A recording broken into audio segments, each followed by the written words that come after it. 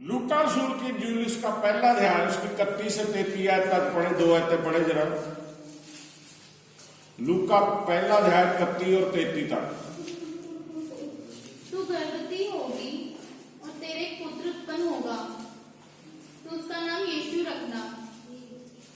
वह महान होगा और परम प्रधान का पुत्र कहलाएगा। परम प्रधान का पुत्र कहलाएगा। और प्रभु परमेश्वर उसका पिता दाऊद का सिंहासन उसको देगा। दाऊद का सिंहासन उसे देगा। Hallelujah, hallelujah. दाऊद का राज्य भी खत्म नहीं हुआ। और दाऊद के बाद जब उस पीढ़ी में यीशु मसीह ने जन्म ले दिया, जब तक दुनिया वो राज खत्म नहीं होगा। बोलो हालेलुया, हालेलुया। कितनी बरकत प्रभु ने एक शख्स को दी, जब तक दुनिया उसका राज ही नहीं खत्म होना। बोलो हालेलुया, हालेलुया। जब दुनिया खत्म हो जाएगी तब भी यीशु मसीह का राज्य कायम रहेगा। स्वर्ग में फिर भी उसका राज्य कायम रहेगा। Hallelujah, hallelujah. यशायाह नबी की पुस्तक उसका 7 अध्याय, यशायाह 7 उसकी 14। इस कारण प्रभु आप ही तुमको एक चिन्ह देगा, सुनो एक कुंवारी गर्भवती होगी। इस तरह प्रभु आप ही तुमको एक चिन्ह देगा, सुनो एक कुंवारी गर्भवती होगी, हामला होगी और पुत्र जनेगी, पुत्र को जनेगी और उसका नाम इम्मानुएल रखेगी। उसका नाम इम्मानुएल रखेगी। उसका नाम क्या रखेगी? आपको पता है इम्मानुएल नाम का अर्थ क्या है? परमेश्वर हमारे साथ। Hallelujah, hallelujah. परमेश्वर हमारे संग। अब माँ बाप इम्मानुएल नाम अपने बच्चों का रख देते हैं, और अगर बच्चा उस नाम का अर्थ ही नहीं जानता, जब हम स्कूल में पढ़ते थे, कॉलेज में पढ़ते थे, तो टीचर हमें पूछते थे, पता जो नाम तुम्हारा माँ बाप ने रखा इसका मतलब क्या है? तो जब माँ बाप ने हमारे नाम रखे, हमें उसका मतलब पता होना चाहिए, अपने नाम का मीनिंग पता होना चाहिए, क्या नाम का मतलब क्या है, इसका मतलब क्या है। अब इम्मानुएल शब्द का लिखा, उसका नाम इम्मानुएल रखना, यानी कि परमेश्वर हमारे साथ। अगर किसी बच्चे का नाम इम्मानुएल रख देते हैं, वो शराब पिए, बीड़ियां पिए, सिगरेट पिए, पाप करे, तो परमेश्वर साथ होगा? फिर तो नाम रख के ही पाप कर दिया बहुत बड़ा। Hallelujah, hallelujah. सोच समझ के अपने बच्चों का नाम रखें। अगर नाम रखें तो बच्चों को शिक्षा दें। मैं वचन पढ़ रहा था, यहोशू तक जब लोग चल के आए ना, मूसा के बाद यहोशू को खड़ा किया परमेश्वर ने। परमेश्वर ने मूसा से बता दिया कि मैं इस कौम को मिस्र की गुलामी से तो निकाल के ले आया, लेकिन मैं तुझे बताता हूं ये मुझे छोड़ देंगे। जब मैं इन्हें कनान मुल्क दे दूंगा ना, जहां दूध और शहद की नदियां बहती हैं, ये फिर जाएंगे मुझे छोड़ के, दूसरी तरफ इनका ध्यान हो जाएगा, मुझे छोड़ के कोई और अपने देवी देवते बना लेंगे ये लोग। मूसा ने उन्हें कसम दिलवाई, ऐसा मत करना। जिस दिन तुमने परमेश्वर को छोड़ा, सारी विपत्तियां तुम पे दोबारा आ जाएंगी। फिर यहोशू ने भी यही उपदेश दिया। मूसा भी मर गया, हारून भी मर गया, यहोशू भी मर गया बुढ़ा होके। और यहोशू के बाद क्या हुआ? न्यायियों की पुस्तक अभी पढ़ा। न्यायी क्या थे?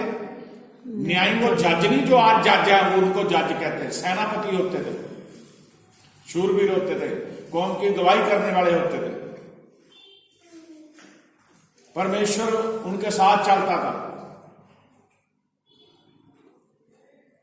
तो जो वहां एक बहुत ही अजीब बात पड़ी, मूसा के समय में जितने लोग थे बुजुर्ग, और फिर यहोशू के समय में जितने उसके साथ बुजुर्ग थे वो मर गए। अब देखिए पीढ़ियां चलती ना, आज हमारे बच्चे हैं और जब उम्र होगी हम मर जाएंगे और बच्चे आगे चलेंगे, और जब बच्चे बड़े हो जाएंगे उनके बच्चे आगे चलेंगे। पीढ़ियां बदल रही हैं। इस्राएलियों की भी पीढ़ी बदली, और जिन्होंने सुना था परमेश्वर महान है, परमेश्वर ने कितने बड़े चमत्कार करके हमें मिस्र में से निकाल के लाया, परमेश्वर कैसे हमें रोटी देता था, परमेश्वर कैसे हमारे साथ चलता था, वो सभी मर गए। और जो उनकी पीढ़ी थी वो उनको पता ही नहीं था परमेश्वर कौन है। हालेलुया। क्यों हुआ ऐसा? क्योंकि उन बुजुर्गों ने अपने बच्चों को बार बार चिताया नहीं, बताया नहीं। यही हाल आज भी होगा। अगर आप अपने बच्चों को परमेश्वर के बारे में नहीं बताएंगे, वो पीढ़ी बदलेगी और वो परमेश्वर को छोड़ देंगे जब उन्हें पता ही नहीं होगा परमेश्वर कौन है। हालेलुया। कितने लोगों को समझ आ गई मेरी बात? ये बड़ी स्पष्ट बताइए। मैंने अपने बच्चों को तालीम दीजिए, बताइए परमेश्वर कितना महान है। अपने जीवन के बारे में बताइए, परमेश्वर ने मुझे कैसा बनाया, मैं कैसा था। कल हमारी मीटिंग थी, एक बुजुर्ग वहां बता रहा था कि हम अपने उन दिनों को नहीं भूले जब हम गरीबी में थे। इतनी गरीबी में थे, खेतों में जब फसल कटती ना, जो बल्लियां बची ही रह जाती खेतों में, वो चुप के लेके आते थे। लेकिन आज जो कुछ भी हम बने हैं, हर सहूलत है, सब कुछ है, वो यीशु मसीह ने दी है हमें।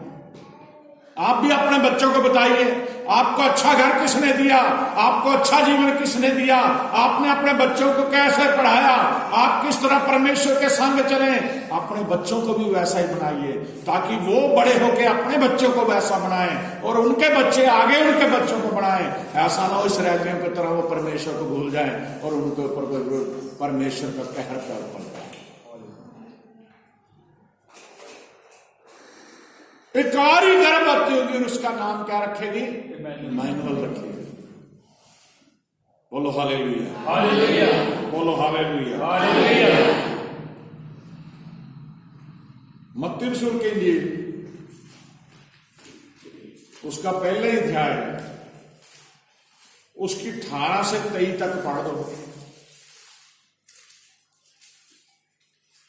यीशु मसीह का जन्म किस प्रकार से हुआ? हाँ, बड़े ध्यान से सुनो, मैं इसलिए पढ़ा रहा हूं, आपको पता होना चाहिए। ये ऐसे नहीं जन्म हो गया। जो भविष्यवाणियां यीशु मसीह के बारे में हुई और यीशु मसीह का जीवन कैसा था, इसे ध्यान से देख लीजिए आज। हाँ जी। कि जब उसकी माता मरियम की मंगनी यूसुफ के साथ हो गई। सिर्फ माता मरियम की मंगनी हुई थी। मांग देते ना, जैसे रोका कर लेते हैं, मंगनी हुई थी, शादी नहीं थी। आजकल तो मंगनी के लड़के लड़की मिलने लग जाते हैं, आपस में घूमने फिरने लग जाते हैं। पुराने टाइम में ऐसा नहीं होता था। मंगनी होगी जब तक शादी नहीं होती थी, लड़का लड़की एक दूसरे को मिलते नहीं थे। हाँ जी। तो उनके इकट्ठा होने से पहले, उनके इकट्ठा होने से पहले, यानी कि मिलने से पहले ही वे पवित्र आत्मा की ओर से पवित्र आत्मा की ओर से गर्भवती हुई। अतः उसके पति यूसुफ ने जो धर्मी था, अब उसका पति जो बनने वाला था, जिसके साथ मंगनी हुई थी, वो धर्मी था, विश्वासी था, और उसे बदनाम करना नहीं चाहता। और उसने जब सुना मेरी पत्नी तो शादी हुई नहीं, मैं अभी उससे मिला नहीं, वो पता लग रहा है कि वो गर्भवती है, वो बच्चे को जन्म देने वाली है, वो धर्मी था, वो उसे चुपके से त्याग देने का विचार, उसका नहीं चाहता बेइज्जती हो, वो चुपके से उसे त्यागने के लिए तैयार हो गया। जब वह इन बातों की सोच ही में था, देखिए परमेश्वर का काम, वो इन बातों को सोच ही रहा था, तो प्रभु का स्वर्गदूत उसे स्वप्न में दिखाई देकर, प्रभु का स्वर्गदूत उसे स्वप्न में दिखाई दिया, देकर कहने लगा, और उसे ये कहने लगा, हे यूसुफ, दाऊद की संतान, दाऊद की संतान, तू अपनी पत्नी मरियम को अपने यहाँ ले आने से मत डर, अपनी पत्नी मरियम को अपने पास ले आने से मत डर, क्योंकि जो उसके गर्भ में है, क्योंकि जो उसके गर्भ में है, कोख में है, वह पवित्र आत्मा की ओर से है, वो पवित्र आत्मा की ओर से है। वह पुत्र जनेगी, वह पुत्र जनेगी, और उसका नाम यीशु रखना, उसका नाम यीशु रखना, क्योंकि वह अपने लोगों को उनके पापों से उद्धार करेगा, वो अपने लोगों को उनके पापों से उद्धार करेगा। आमेन आमेन। वो हमारे पापों के लिए जगत में भेजा गया, वो हमें उद्धार का मार्ग दिखाने के लिए जगत में आया, लेकिन उसके भेजने के लिए भविष्यवाणी पहले से होगी थी। हालेलुया। हालेलुया। जिस दाऊद के वंश से परमेश्वर आए, उस दाऊद ने पहले वो अपने जबूरों में भविष्यवाणी करी थी। एक जबूर में वो लिखता कि उसकी कोई भी हड्डी तोड़ी नहीं जाती। जो धर्मी होता है उसकी कोई हड्डी उसकी कोई हड्डी तोड़ी नहीं गई। यीशु मसीह को सलीब पे चढ़ाया गया, रूल ये था कि जिसे सलीब पे चढ़ाते थे उसके पैर तोड़ देते थे कि अगर इसमें जान रह जाए तो दौड़ ना सके, हड्डी तोड़ देते थे। लेकिन यीशु मसीह की कोई हड्डी तोड़ी नहीं गई। और जैसे लिखा है, जब यीशु मसीह को क्रूस पे प्यास लगी तो एक सैनिक ने सरकंडे पे सिरका लगा, सुपांचा लगा के सिरका लगा के उसे पिलाया। उसमें लिखा कि उन्होंने मुझे इंद्रान दिया और मेरे प्यास को बुझाने के लिए सिरका दिया। दाऊद ने पहले भविष्यवाणियां कर दी थी ये सारी। Hallelujah hallelujah. Hallelujah hallelujah. यशायाह नबी की पुस्तक उसका 9 अध्याय उसकी 6 आयत पढ़े जरा। ये भी भविष्यवाणी हुई थी, क्या हुई थी, पढ़िए। क्योंकि हमारे लिए एक बालक उत्पन्न हुआ, हाँ, हमें एक पुत्र दिया गया है। क्योंकि हमारे लिए एक बालक उत्पन्न हुआ, हमें एक पुत्र दिया गया है, और प्रभुता उसके कांधे पर होगी, प्रभुता उसके कांधे पे होगी, और उसका नाम अद्भुत युक्ति करने वाला, उसका नाम अद्भुत युक्ति करने वाला, पराक्रमी परमेश्वर, पराक्रमी परमेश्वर, अनंत काल अनंत काल का पिता, का पिता, और शांति का राजकुमार और रखा शांति जाएगा। का राजकुमार रखा जाएगा। बोलो हालेलुया। हालेलुया। कितने नाम मेरे यीशु के रख दिए परमेश्वर ने। अभी वो पैदा नहीं हुआ था। यशायाह नबी भविष्य तकता, यशायाह पहले भविष्यवाणी कर रहा कि हमें एक बालक दिया गया है जिसके कंधों पे प्रभुता है, जो पराक्रमी है, जो अद्भुत युक्ति करने वाला है। अद्भुत युक्ति क्या होती है? ऐसे काम करने वाला जो कोई कर ही नहीं सकता। जब यीशु मसीह को इस जगत में भेजा गया, वो इंसान बन के आया, और जब वो अपने माँ बाप के साथ रहा 30 साल तक, तो उसका पिता जो बायोलॉजिकल पिता था यूसुफ, वो बढ़ई का काम करता था, तरखान जिसे बोलते हैं। तो यीशु मसीह ने वो काम किया, अपने पिता का हाथ बटाया। आजकल तो बच्चे कामचोर है, माँ बाप का साथ नहीं देते। यीशु मसीह ने काम करवाया अपने पिता के साथ, मेहनत करी, ऐसे नहीं घूमता रहा यीशु मसीह।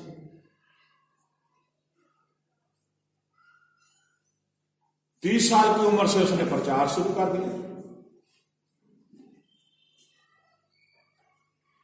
लेकिन जब उसने प्रचार शुरू किया, जो यहां पे शब्द आया अद्भुत युक्ति करने वाला, अब उसे साबित करना था कि मैं ही परमेश्वर हूं। क्योंकि लोग बिना चमत्कार के यकीन नहीं करते।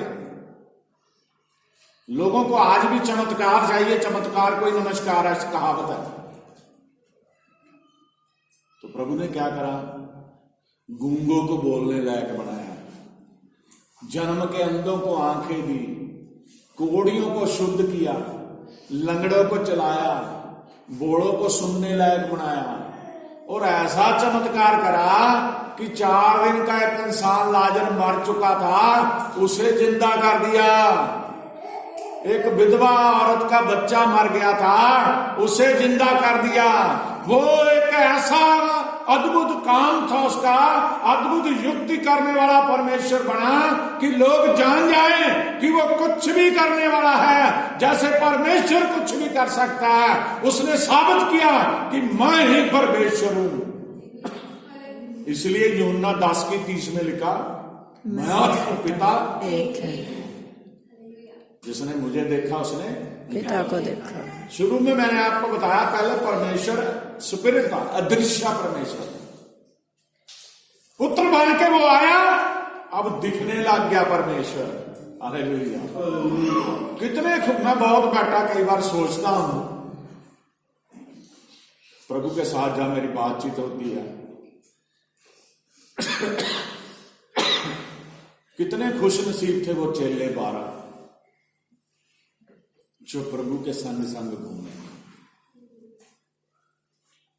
काश हमें ऐसा समय मिलता। हालेलुया। सोचिए बैठ के, कितने वो किस्मत वाले थे जिन्हें परमेश्वर के साथ घूमने का मौका मिला। कैसे कर्म करके वो जगत में आए थे। कोई मछलियां पकड़ता था, कोई काम करता था, कोई कुछ काम करता। मछुआरे ज्यादा थे, लेकिन परमेश्वर ने उन्हें चुन लिया। और परमेश्वर ने एक योजना के तहत उन्हें चुना। परमेश्वर को पता था कि मैंने अपना काम इतने टाइम में पूरा करके चला जाना है अपने पिता के पास, और उसके बाद धरती पे ये लोग मेरा प्रचार करेंगे। हालेलुया। और आज हम कितने खुश नसीब हैं कि हमें परमेश्वर ने अपने लिए चुना है। हम ये इस बात को कभी ना भूले, खुश नसीब है हम भी, उसने आज हमें चुना है। क्योंकि बाइबल में लिखा, जो देख के विश्वास करते हैं वो तो देख के विश्वास करते हैं, लेकिन धन्य वो लोग हैं जो बिना देख के विश्वास करते हैं। हालेलुया। और हम उन लोगों में से हैं जिन्होंने इज़राइल को नहीं देखा, जिन्होंने यीशु मसीह की जन्मभूमि को नहीं देखा, जिन्होंने सुन के विश्वास किया, जिनके माँ बाप ने उन्हें शिक्षा दी और जिन्हें माँ बाप ने प्रभु के लड़ लगाया। हम वो लोग हैं जो प्रभु के पीछे चल रहे हैं। हालेलुया। हालेलुया। आज हमारे पास सच्चाई है, आज हमारे पास जीवन है, आज हमारे पास यीशु है, आज हमारे पास उसका जीवित नाम है। हालेलुया। वो परमेश्वर, अद्भुत युक्ति करने वाला, पराक्रमी परमेश्वर, अनंत काल का पिता, शांति का राजकुमार होगा। हालेलुया। वो यीशु मसीह धरती पे सिर्फ आया जो कहता, अगर तेरा कोई दुश्मन तेरी एक गाल पे थप्पड़ मारता, दूसरी भी आ लेगा।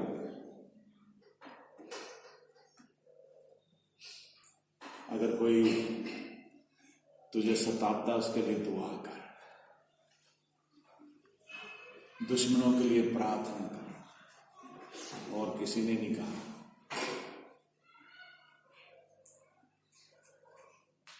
वो अद्भुत युक्ति करने वाला परमेश्वर है। एक दो आयतें और पढ़ेंगे, आज का वचन हमारा पूरा हो जाएगा। यशायाह नबी की पुस्तक, उसका 53 अध्याय, उसकी 4 से 6 तक पढ़ें।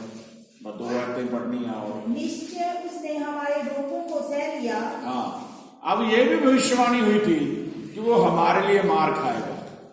निश्चय उसने हमारे रोगों को सह सह लिया, हमारे ही दुखों को उठा लिया। हमारे दुखों को उठा लिया। तो भी हमने उसे परमेश्वर का मारा कूटा। तो भी हमने उसकी कदर नहीं करी, उसे परमेश्वर का मारा कूटा और दुर्दशा में पड़ा हुआ समझा। दुर्दशा में पड़ा हुआ समझा। परंतु वह हमारे ही अपराधों के कारण घायल परंतु वह हमारे ही अपराधों के कारण घायल किया गया। वह हमारे अधर्म के कामों के कारण कुचला गया। हमारे अधर्म के कामों के कारण कुचला गया। हमारी ही शांति के लिए उस पर ताड़ना पड़ी। हमारी ही शांति के लिए उस पर ताड़ना पड़ी। कि उसके कोड़े खाने से हम लोग चंगे हो जाएं। उसके कोड़े खाने से हम लोग चंगे हो गए। हम तो सब के सब भेड़ों के समान भटक गए थे। हम तो सब के सब भेड़ों के समान भटक गए थे। हम में से हर एक ने अपना अपना मार्ग लिया। हम में से हर एक ने अपना अपना मार्ग लिया। और यहोवा ने हम सबों के अधर्म का बोझ उसी पर लाद दिया। यहोवा ने हम सबों के अधर्म का बोझ उसी पे लाद दिया। किसके ऊपर? यीशु मसीह के ऊपर। हालेलुया। हालेलुया। पाप हमने करे, 6 तक ही पढ़ना है बस। पाप हमने करे और सजा किसे मिली? उसने सारे जगत के पापियों के पापों को अपने ऊपर ले लिया। हमने उसे दुर्दशा में पड़ा हुआ परमेश्वर का मारा कूटा हुआ समझा। परमेश्वर, हमने ये सोचा परमेश्वर ने इसे ऐसा किया, लेकिन परमेश्वर ने हमारे गुनाहों के लिए उसको सलीब पे चढ़ा दिया। हमारे गुनाहों के लिए वो सलीब पे चढ़ाया गया। उसके हाथों पैरों में कील ठोके गए, उसके सिर पे कांटों का ताज रखा गया, उसकी पसली में नेजा मारा गया, उसकी पीठ में कोड़े मारे गए। कितना दुख उसने बर्दाश्त करा। और जब मैं वचन पढ़ता हूं, जिस समय प्रभु को पकड़ा गया था, पूरी पलटन ने उसको अंदर ले जाके उसके मारते थे और पूछते थे बता तुझे किसने मारा, और सारी पलटन ने उसके मुंह पे थूका। एक आदमी का भी थूक हमारे मुंह पे गिर जाए अचानक तो हम साफ करते हैं, मुंह धोते हैं, लेकिन पूरी पलटन ने, उनमें कोई बीमार होगा, उनमें कोई किस तरह का होगा, कोई शराबी होगा, कोई किस तरह का होगा, कोई बीमारियों वाला होगा, सभी ने उसके मुंह पे थूका जाके। मेरे यीशु ने सब कुछ बर्दाश्त किया, सिर्फ हमें शांति देने के लिए, सिर्फ हमारे जीवन को अच्छा करने के लिए। अगर आप सचमुच प्रभु से प्यार करते ना, तो उन वृत्तांतों को देखिए जो भविष्यवाणी हुई, ऐसे नहीं हुई, उनको चेक करिए। कितना दुख मेरे यीशु ने सहा। आप रोने लग जाओगे बैठ के जब देखोगे, इतना दुख उसने हमारे लिए सहा। कोई नहीं किसी के लिए दुख सह सकता, तो यीशु मसीह ने सहा। आमेन, आमेन, आमेन। लास्ट में हम देखेंगे वचन 2 क्रंथियों उसका 5 अध्याय उसके 21 है। 2 क्रंथियों 5 अध्याय उसकी 21 है। जो पाप से अज्ञात था। हाँ, देखो यीशु मसीह को तो पाप के बारे में पता भी नहीं था। जो पाप से अज्ञात था उसी को उसने हमारे लिए पाप ठहराया। उसी को उसने हमारे लिए पाप ठहरा दिया। पौलुस कहता जो पाप से अज्ञात था, यीशु मसीह परमेश्वर ने उसी को हमारे लिए पाप ठहरा दिया कि हम उसमें होकर परमेश्वर की धार्मिकता बन जाए। हम उसमें से होकर परमेश्वर की धार्मिकता बन जाएं। बोलो हालेलुया, हालेलुया। उसमें होके, ये करने वाला कौन है? परमेश्वर। Hallelujah, hallelujah. मेरे अजीज बहन भाइयों, हमने भविष्यवाणियों को और यीशु मसीह के जीवन के बारे में देखा, और यीशु मसीह ने ये सब कुछ इस संसार के लिए जो हम आपको पढ़ाया गया किया। परमेश्वर ने अपने भविष्यवक्ताओं के जरिए, नबियों के जरिए पहले से भविष्यवाणी कर दी थी। दानियल ने भी भविष्यवाणी करी, होशे ने भी भविष्यवाणी करी, मीका ने भी भविष्यवाणी करी। वो सारी भविष्यवाणी पूरी हुई। इसलिए प्रभु के पीछे हम चले, प्रभु का धन्यवाद करें। प्रभु महान है, प्रभु के हजूरी में बढ़े। प्रभु आपको आशीष दे। आमीन, आमीन।